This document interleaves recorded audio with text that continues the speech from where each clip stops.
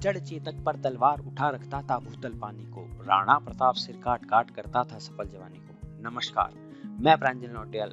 दोस्तों, आप सभी का स्वागत करता हूं हमारे इस चैनल घुमक्कड़ में। और आज जिस जगह को हम देखने जा रहे हैं, उस जगह को, उस स्थान को किसी भी परिचय की जरूरत नहीं है, क्योंकि वह जन्मभूमि है भारत के उस महान योद्धा की जिसे महाराणा प्रताप के नाम से जाना जाता है। जी हाँ, कुंभलगढ़। और ये हम सफर कर रहे हैं जोधपुर से कुंभलगढ़ का। जोधपुर से कुंभलगढ़ का रास्ता कुछ 175 से 180 किलोमीटर के बीच का है, जो कि 3 घंटे में कवर होता है। और जोधपुर से कुंभलगढ़ के रास्ते में बहुत ही प्यारी जगह आती हैं, जंगल से होके, गांव से होकर गुजरता है रास्ता। बहुत ही प्यारा रास्ता है ये। तो आइए, मैं आपको ले चलता हूँ कुंभलगढ़ के उस अविजयी किले में। इस किले को महाराणा कुंभा ने बनाया था, जो कि महाराणा प्रताप के ग्रैंड फादर थे, दादाजी थे। तो आइए दोस्तों, चलते हैं इस सुंदर से सफर में। तो हेलो, अब हम जा रहे हैं यहाँ से जोधपुर से कुंभलगढ़। वहाँ पे बहुत अच्छी प्लेसेस हैं, और जो ग्रेट वॉल ऑफ चाइना है, तो उससे वो छोटी है। Second greatest wall of the world है, फुट वॉल है। और हम वो भी देखने जाएंगे। और हमें निकलना था ऑलमोस्ट 8 o'clock नहीं, 7 AM, बट क्योंकि हम थोड़ा सा लेट हैं और हम यहाँ से 9 बजे निकल रहे हैं। तो देखते हैं हम ये पूरा कवर कितने में है। जो गूगल मैप बता रहा है वो बता रहा है 3 घंटे 45 मिनट। चलिए, 3 hours 45 minutes। और अभी मैं पढ़ाई कर रही हूँ। देखिए, मैं ये वाली अर्णव भैया की बुक लाई और ये पढ़ रही हूँ। कौन सी बुक पढ़ रहे हो आप? मैं पढ़ रही हूँ the story diary of a Wimpy kid. और देन उसके बाद कौन सी आपके पास?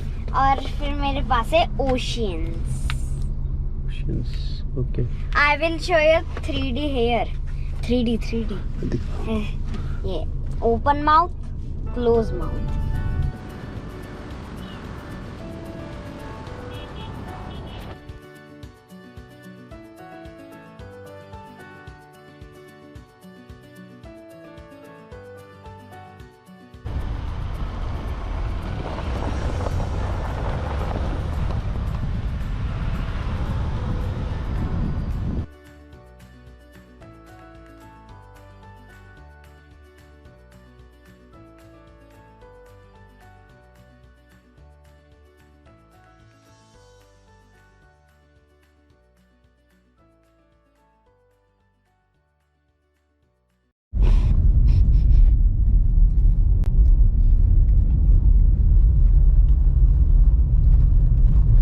और अब हम पहुंच गए हैं कहाँ पर?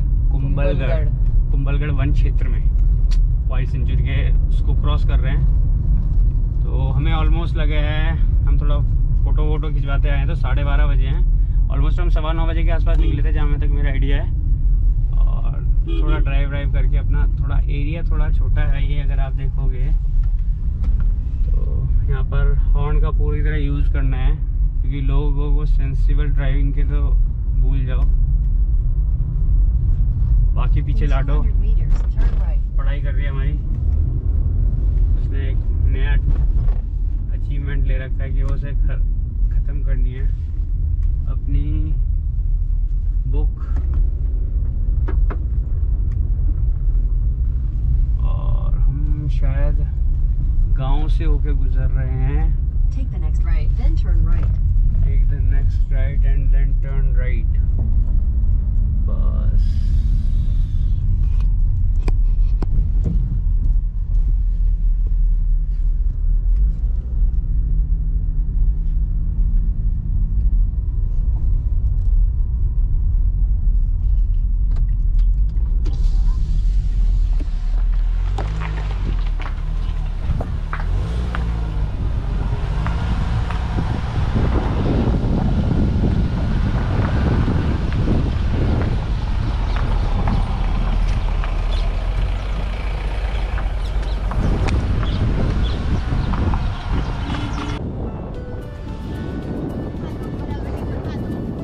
साढ़े 3-4 घंटे की ड्राइव करके हम दिन के 1 बजे कुंभलगढ़ पहुंच गए हैं। और मेरे लेफ़्ट साइड में कुंभलगढ़ का बांध है, और कुंभलगढ़ के डैम के ठीक पीछे कुंभलगढ़ लेक है। कुंभलगढ़ लेक में इस बार पानी कम है। स्थानीय लोगों ने, लोकल पीपल्स ने बताया कि यहाँ पर इस बार बारिश कम हुई है, तो वाटर लेवल कम होने के कारण सरकार ने अलाउड नहीं कर रही है बोटिंग। तो हमने डिसाइड करा है कि हम रिजॉर्ट में थोड़ा फ्रेश होके सीधा कुंभलगढ़ के लेक के लिए विज़िट करने के लिए निकल जाएंगे।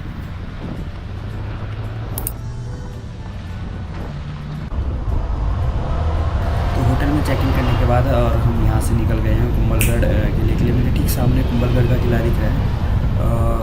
यहाँ पर पहुँचने में हमें ज़्यादा रिजॉर्ट से ज़्यादा टाइम नहीं लगा, हार्डली 40 मिनट में यहाँ पहुँच गए हैं। तो यहाँ पार करके यहाँ से आगे चल के हम पैदल ही जाएंगे और वहाँ जाके एक गाइड हायर करेंगे, जिससे कि हमें और ज़्यादा अच्छी इन्फॉर्मेशन मिल सके। हेलो हेलो, वो देखो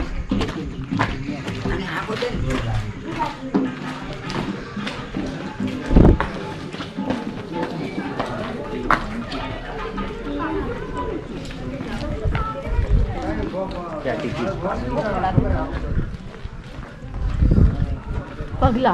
ओह, बहुत बड़ा बोर्ड है भैया। ये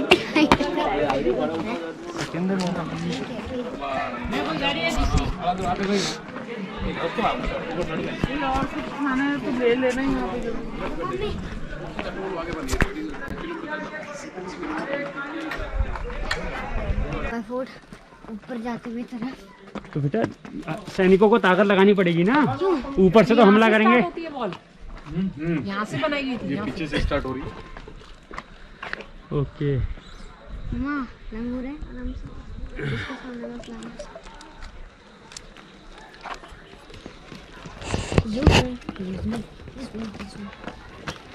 अब ये कौन सा गेट है? यहाँ पे भी काटे हैं पापा। ये भैरव है। हाँ ये देखो भैरव पोल लिखा हुआ है ये परी। हाँ। ये पढ़ो देखो ये।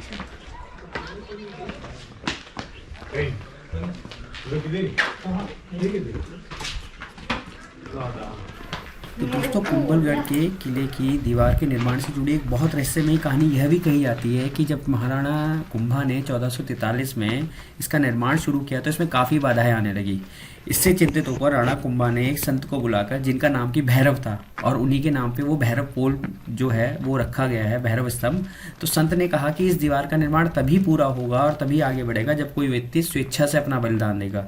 यह सुनकर राणा कुंभा को बड़ी चिंता हुई, बट उन्हीं संत ने अपना स्वेच्छा से बलिदान देने के बाद इस दीवार का निर्माण को पूरा किया।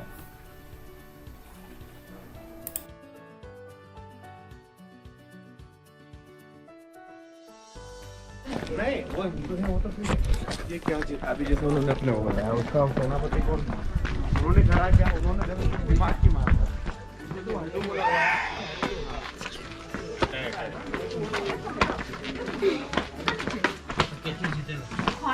ये है कर दिया राजा चौगान पोल।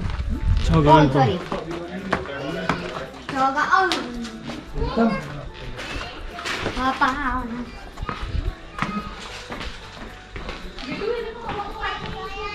चौगान पोल।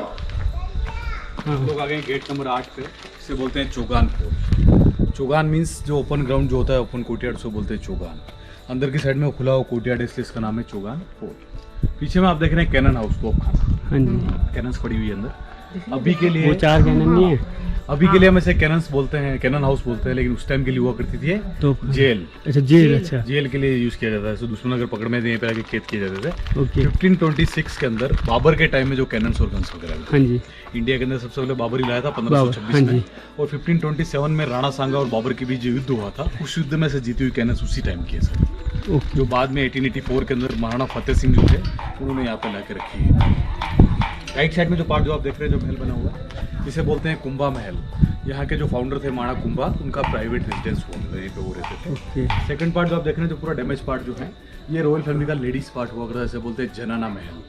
घूंघट प्रथा थी तो लेडीज के लिए सेपरेट सेक्शन बनाए गए थे, तो उन्हीं के लिए यूज हुआ करता था। तो कुछ पार्ट है आपको जो डैमेज जो दिख रहे हैं, ये किसी ने किए नहीं है, ये नेचुरली लाइटनिंग की वजह से गिरे हुए हैं।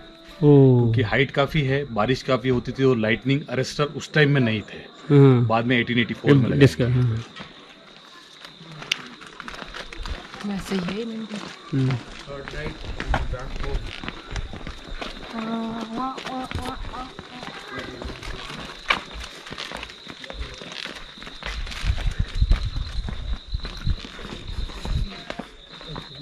है कैमरा है क्या?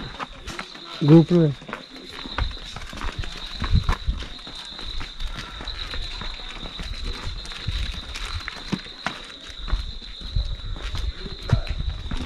यूज नहीं आ गया।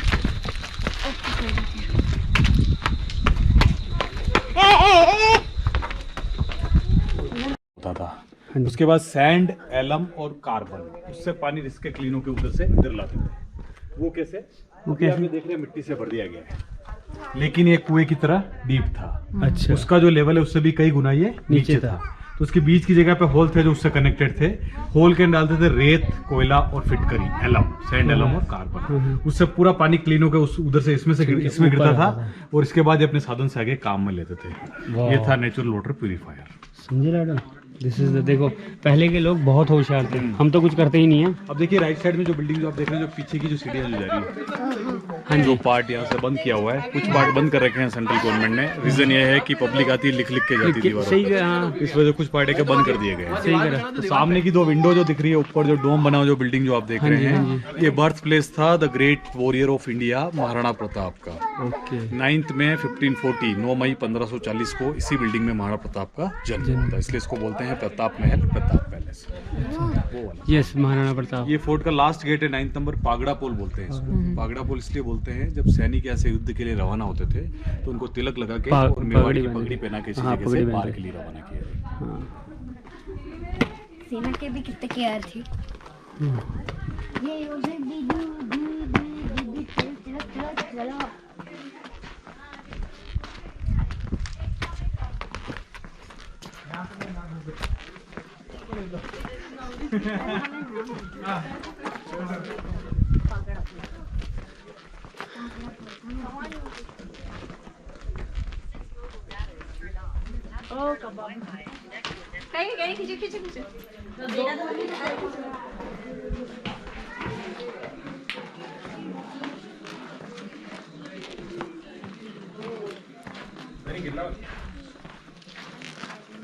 अच्छा, आप बताइए कि ये पार्ट जो आप देख रहे हैं ये किस चीज के लिए यूज होता होगा उस टाइम में?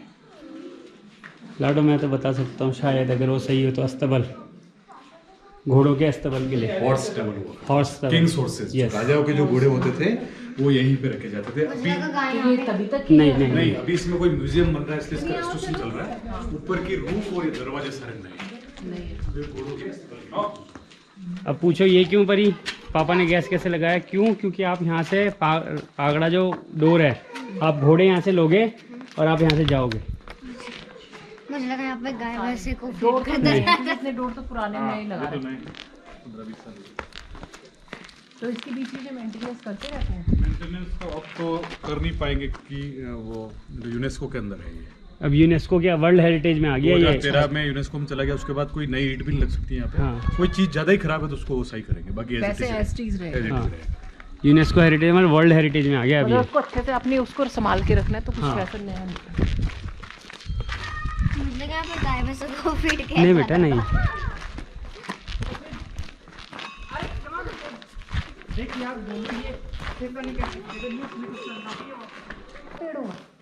हाँ।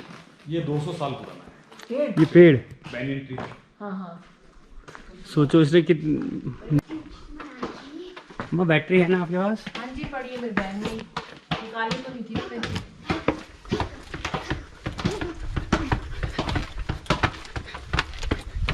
स्टेयरकेस जो आप देख रहे हैं सारी हाइट के हिसाब से बनी हुई है। हाँ, मैं सीढ़ियाँ जो है, हाँ, तब के लोग लंबे होते थे। हमारे पैर छोटे पड़ी। तो जिस पार्ट से हम होके आए हैं अभी, ये भी इसी का सेक्शन है। ये ओके। ये पूरा एक ही सेक्शन है। तो ये किचन पार्ट हुआ करता था। सामने आप देखिए एग्जॉस्ट लगे हुए हैं, अच्छा, चिमनियाँ है ये हाँ, टेबल की तरह जो बनी ऊपर। हुई है। हाँ, तो राजा के साथ पुरोहित ब्राह्मण भी हुआ करते थे, उनके लिए किचन अलग, इनके लिए अलग, वेज और नॉन वेज। तो ये पूरा किचन सेक्शन था। अच्छा।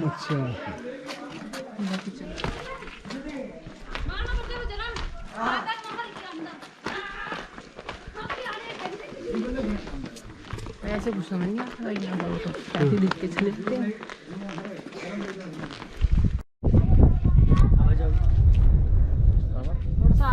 तो फाइनली अब हम उस हिस्से में आ गए हैं जो कि कुंभलगढ़ का सबसे ऊंचा हिस्सा है, जिसे कि बादल महल के नाम से जाना जाता है। प्रथम पोल हनुमान पोल से, प्रथम फर्स्ट पोल जिसे कि हनुमान पोल कहते हैं, वहाँ से यहाँ तक आने में कम से कम 45 मिनट से 90 मिनट लगते हैं अगर आप गाइड के साथ इन्फॉर्मेशन लेते हुए आते हैं। और मेरा एक्सपीरियंस कहता है कि जब भी आप कोई भी हिस्टोरिकल प्लेस विजिट करें उस टाइम गाइड ज़रूर हायर करें, जिससे कि आपको एडिशनल इन्फॉर्मेशन मिलती है। तो ये जो बादल महल है ये 2 हिस्सों में बना है। एक हिस्से को कहते हैं जनाना महल, दूसरे हिस्से को मर्दाना महल। मर्दाना महल में राजा अपने अदालती कार्रवाई और फैसले सुनाते थे, वहीं जनाना महल से रानियां जाली के पीछे थ्रू उनको देखा करती थी। जनाना महल में सबसे मज़ेदार बात ये है, दिलचस्प बात ये है कि वहाँ पर जो एयर वेंटिलेशन के लिए है वो बहुत ही प्यारा सुंदर जालियों से नक्काशी से बना है, और जब भी तेज़ हवा चलती है तो बहुत ही ठंडा, अंदर के कमरे बहुत ठंडे रहते हैं। दूसरी सबसे बहुत खास बात ये है कि जनाना महल में एक ताली की आवाज़ से बाहर खड़ी हुई दासी रानी की एक ताली की आवाज़ से अंदर आ जाती थी। और यहाँ से अब हम नीचे वापस जाने के बाद हम विजिट करेंगे कुंभलगढ़ के अंदर जो मंदिर है जिसे कि नीलकंठ का मंदिर कहते हैं। वहाँ पर शिवलिंग है जिसकी की हाइट 4 फीट है, और कहते हैं कि महाराणा कुंभा इसे जब पूजा करने के लिए बैठते थे उसे बैठ के ही जल से रुद्राभिषेक कर देते थे, क्योंकि महाराणा कुंभा की हाइट 8 फीट थी। तो बहुत ही अच्छा है, बहुत ही ये टूर बहुत अच्छा रहा। और अब यहाँ से ये टूर ख़त्म करके हम अपने वापस रिजॉर्ट जा रहे हैं, और रिजॉर्ट में जाके हम अगले दिन के लिए निकलेंगे उदयपुर की ट्रिप के लिए। तो अगर आपको ये ट्रिप अच्छी लगी, ये वीडियो अच्छी लगी होगी तो आप ज़रूर मेरे को बताइएगा, लाइक कीजिएगा, शेयर कीजिएगा। एडिशनल इन्फॉर्मेशन मैं ये देना चाहूँगा कि किले में आपको कुंभलगढ़ का किला विजिट करने के लिए आपको 40 रुपये की एंट्री देनी पड़ती है, जबकि बच्चों के लिए ये एंट्री बिल्कुल फ्री होती है, किड्स के लिए बिलो 12 ईयर्स। उससे ऊपर आपको बच्चों की एंट्री देनी पड़ती है। और बने रहिए दोस्तों मेरे साथ, हमारी अगली एक अच्छी सी सुंदर यात्रा पे मिलते हैं फिर से। धन्यवाद।